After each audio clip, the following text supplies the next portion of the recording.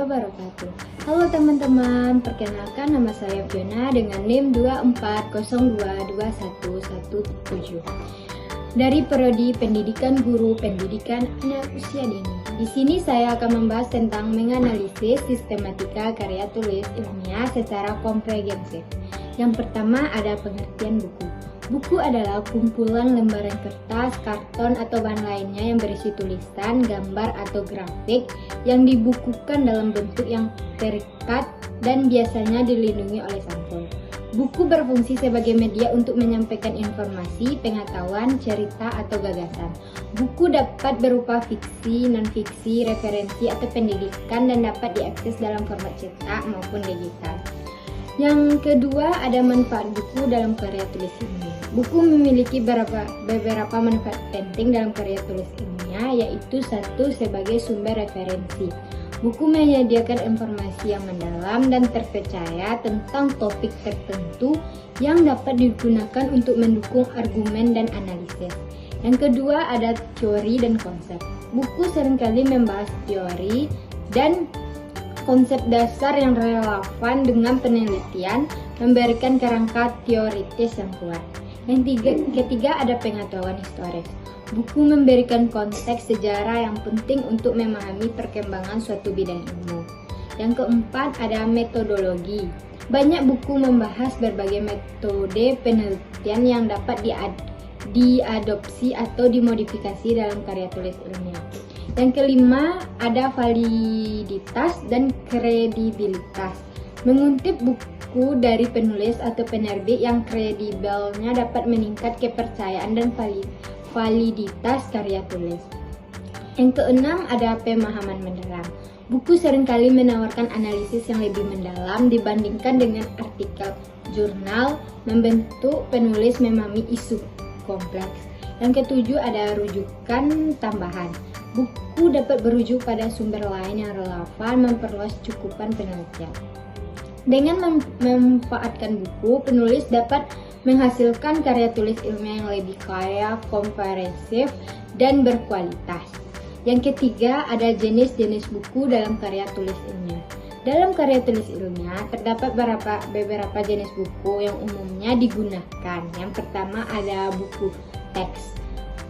Buku teks menyajikan materi pelajaran secara sistematis, seringkali digunakan sebagai referensi utama di berbagai disiplin ilmu. Yang kedua ada monograf. Monograf ini karya yang membahas suatu topik tertentu secara mendalam, biasanya ditulis oleh satu penulis atau sekelompok penulis. Yang ketiga ada buku referensi. Ini termasuk kepada ensiklopedia, kamus, dan direktori yang menyediakan informasi spesifik untuk penelitian. Yang keempat adalah kumpulan artikel.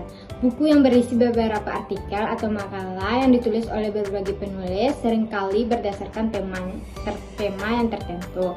Yang kelima ada tesis dan disertai karya ilmiah yang ditulis untuk memenuhi syarat gelar akademik, menyajikan penelitian asli oleh penulis. Yang keenam ada buku sumber. Ini menyediakan data dan informasi dasar seperti laporan penelitian atau statistik. Yang keempat ada struktur penulisan buku.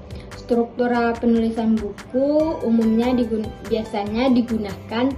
Pertama ada judul halaman. Judul halaman ini menampilkan judul buku, penulis, dan informasi penerbit. Yang kedua ada kata pengantar. Kata pengantar ini penjelasan tentang latar belakang penulis buku dan tujuannya.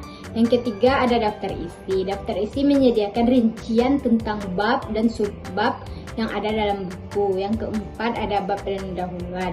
Bab pendahuluan ini memperkenalkan topik, menjelaskan tujuan, dan memberikan konteks.